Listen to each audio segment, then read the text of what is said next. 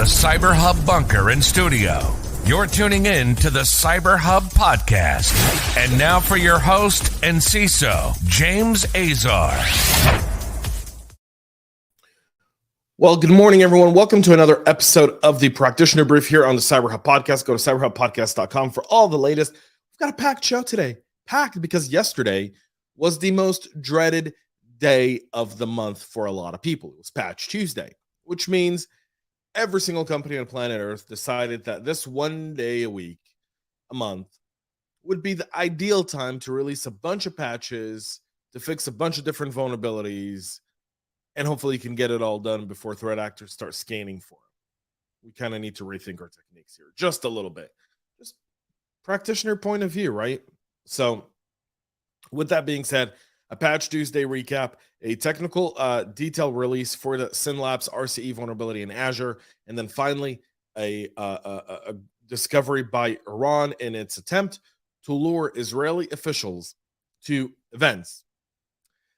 So we'll talk about how they're utilizing phishing in some of the ways and why awareness was so critical in this case to save several officials from ending up in the hands of the mullahs in Tehran. So all that and more on today's show. But before we get that going, my amazing, lovely morning pick-me-up, my double espresso. What are you drinking this morning? I've got my beautiful double espresso. Whatever you're drinking, make it yours. Coffee cup, cheers. Let's get into the June 2022 Patch Tuesday fix from Microsoft. That's where we'll kick off, where 1 0-day and 55 flaws were all taken care of, including the Folina 0-day vulnerability and a new Intel MMIO flaw as well. Of the 55 vulnerabilities, 3 were classified as critical as they allow remote code execution, with the rest classified as important. This does not include 5 Microsoft Edge Chromium updates that were released earlier this week. The number of bugs is listed here. There's been 12 elevation of privilege vulnerabilities, 1 security feature bypass, 27 remote code execution, 11 information disclosure vulnerabilities, 3 denial of service, and 1 spoofing vulnerability. The Folina 0-day, which we've been talking about for the last 2 weeks, was fixed and tracked to CV 2022-30190 in the June 2022 update. Last month, as the 0-day vulnerability was discovered, we've obviously seen a lot of scanning. This vulnerability bypassed all security protections, including Microsoft Office's protected view, and executed PowerShell scripts just by opening a malicious Word doc. This was targeting U.S. government agencies and Ukrainian media organizations as well. A ton of different updates there as well. Other vendors, Altigen did release a patch for the widely exploited Confluence RCE vulnerability. CV 2022-26134. GitLab released a security update for the CV 2022-1680 vulnerability. Google released the Android June security update as well as one for Chrome, and Cisco released security updates for numerous of their products this month. On the list also is Adobe. Adobe really plugged 46 different security flaws on their Patch Tuesday. This is a wide-range enterprise-facing software product update. As part of its scheduled Patch Tuesday release for June, Adobe warned of a critical code execution flaw that affects both Windows and Mac OS users. 2 malicious hacker attacks. The most serious of the documented flaws affects Adobe Animate, Bridge, Illustrator, and Copy and InDesign. Also, we can see that RoboHelper as well all got patches. In Copy, InDesign each had 8 and 7 critical vulnerabilities. Illustrator had 17 critical, important, and moderate vulnerabilities that could lead to arbitrary code execution and memory leak. So make sure you get your Adobe patched. SAP also patched the high-severity NetWeaver vulnerability.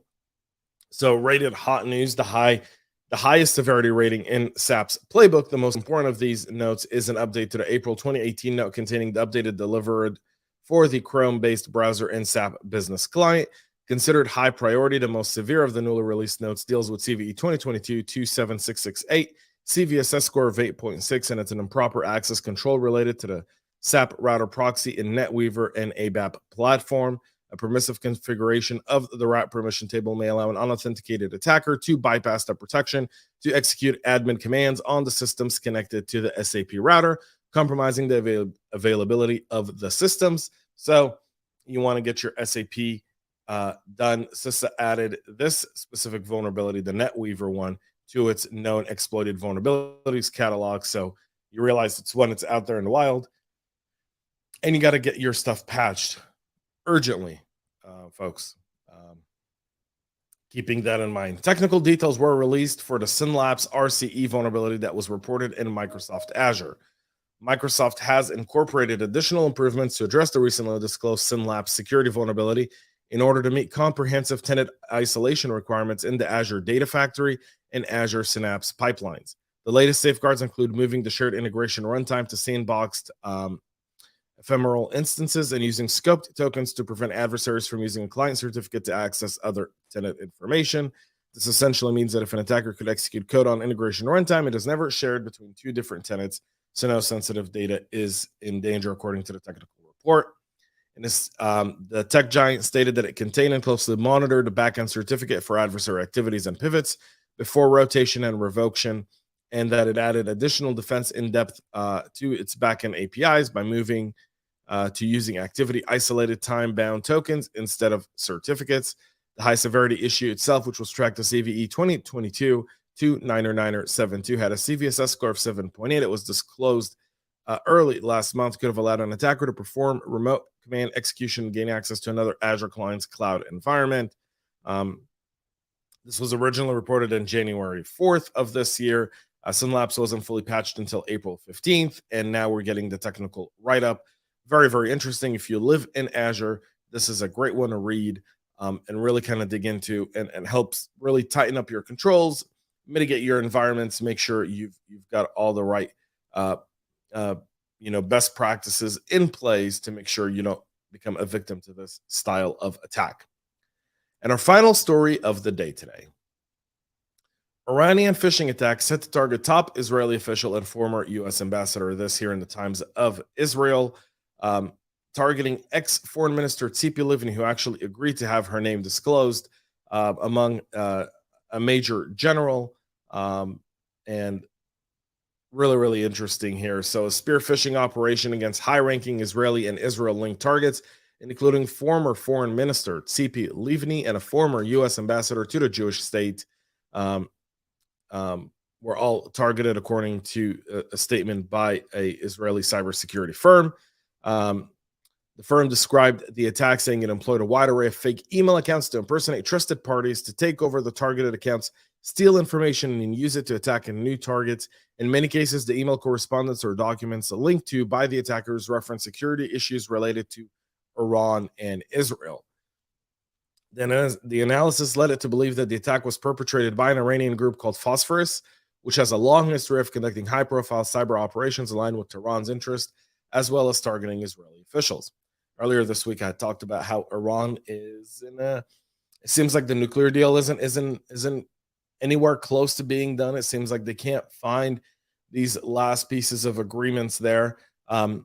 We've known this morning the White House announced that President Biden will be in Israel, Saudi Arabia, and the West Bank on July 13th through the 15th, in his first trip to the region since taking office nearly 18 months ago. Some will attribute this to energy and OPEC.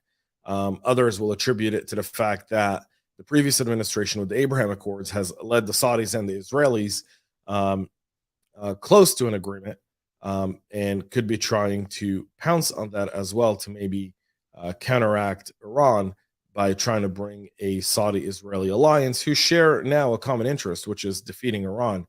Iran, for its end, has been targeting Israeli tourists in Turkey. And last month, an attack was foiled by Turkish and Israeli intelligence with the attempt by Iranian forces to kidnap Israeli tourists in either Istanbul or in Anatolia in Turkey. This specific attack was designed to lure high-end individuals and well-known former individuals within the Israeli defense infrastructure to either divulge information or, in better yet, apparently trying to get them to do an identity verification with identity documents in order to better understand how they could pretend to be these folks. The write-up here is great. There's the Hebrew side of it, which, by the way, they did a really good job doing this in Hebrew. Hebrew is a very tough language for anyone who's not native because there is a male and female part of it. They did a very good job in terms of writing this. This doesn't look like a phishing email where they would have, spelling mistakes or nothing makes sense. This was very well orchestrated, very well attacked. It was throughout a one day where they phished the individuals multiple times. They were trying to get some of them, lure some of them to sort of events per se, or things outside of Israel in order to maybe be able to kidnap them. They unfoiled other attacks the Shinet did by Iranian operatives to lure Israeli academics and business people and former defense officials abroad in an effort to kidnap or otherwise harm them as part of trying to redeem a little bit of their self-respect, as Israel's been pouncing on them and the Mossad has been. Just in the last month, if you work in the Iran nuclear facility, it's not very good for your health. A lot of them have been found dead for multiple reasons, whether it be gunshots or just happen to die while they're sleeping.